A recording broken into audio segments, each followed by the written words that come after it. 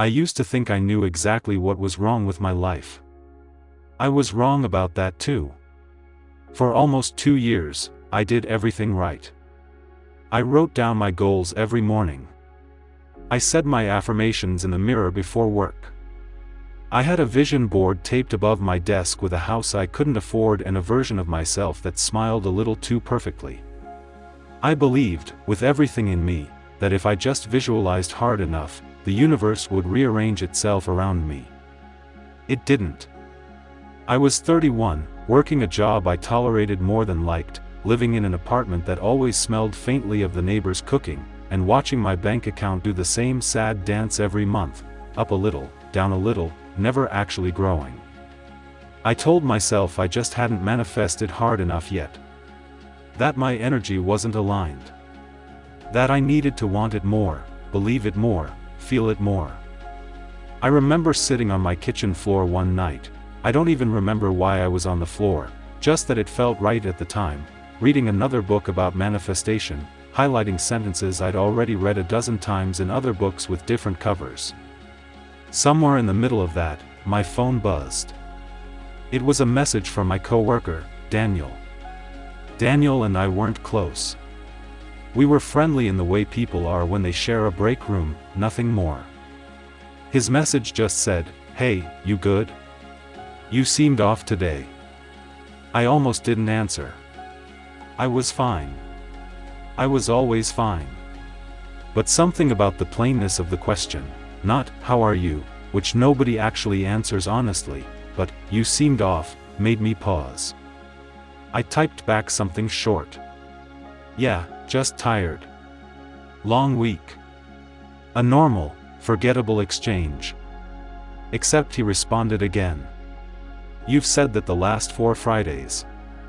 That stopped me. I hadn't realized I'd said it 4 times. I hadn't realized anyone was counting.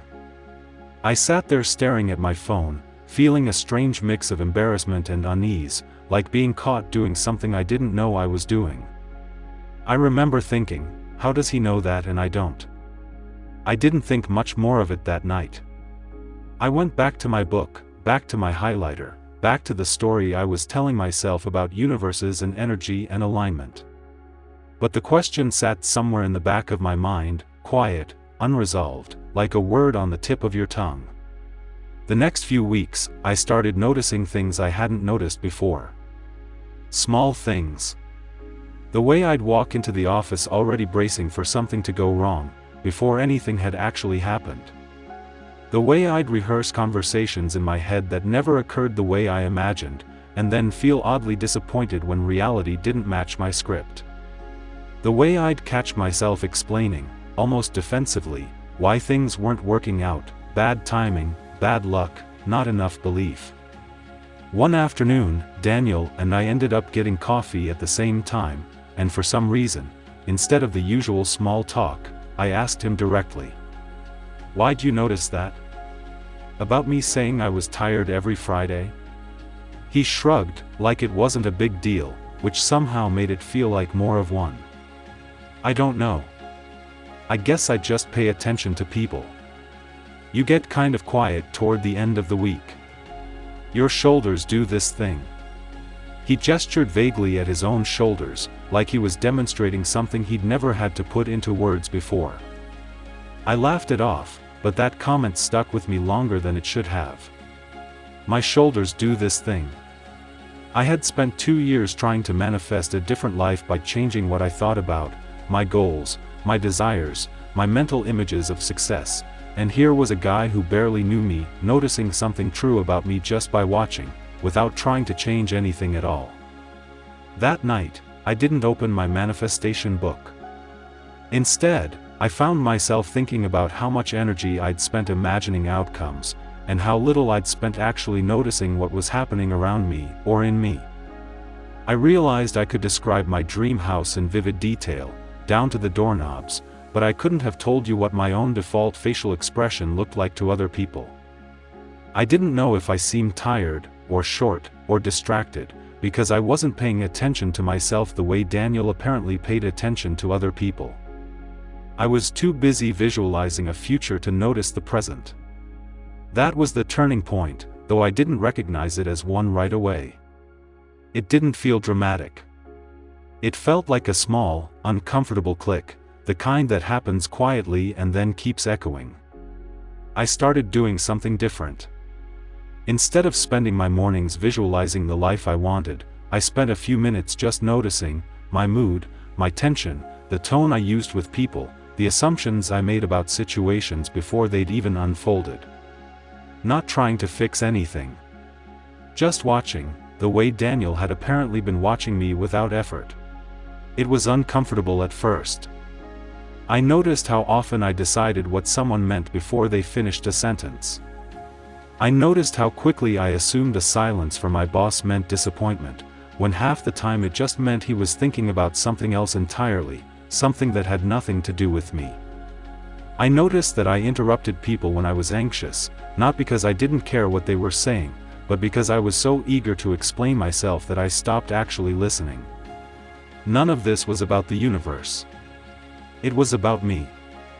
About how much of my life had been shaped not by what I wanted, but by patterns I'd never bothered to look at.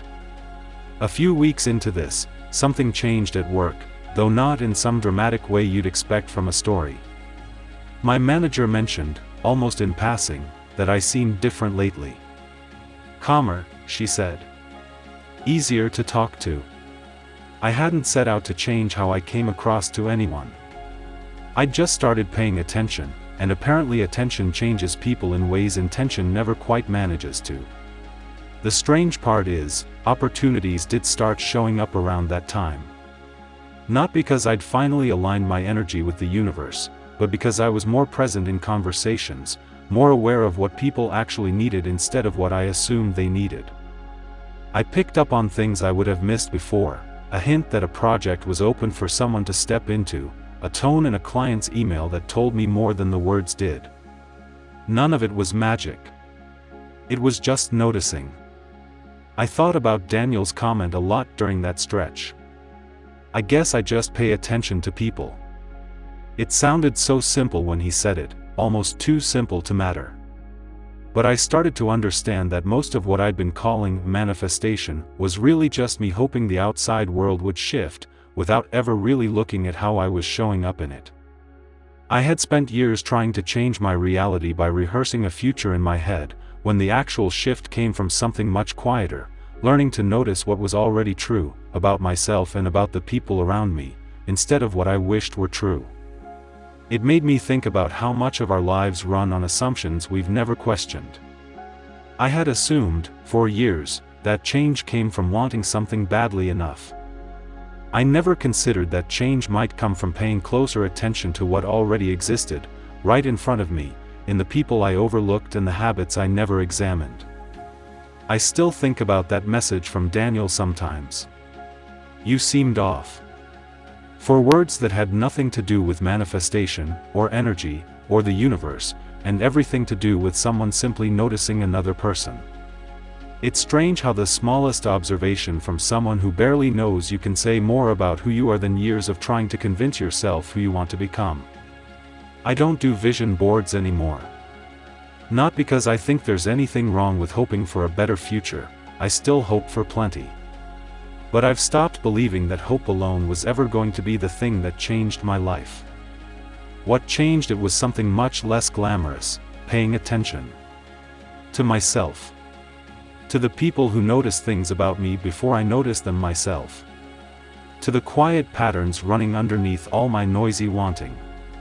I wonder sometimes how many of us are so focused on the life we're imagining that we miss the person we're actually being, right now, in this moment, in front of the people who are paying more attention to us than we ever paid to ourselves.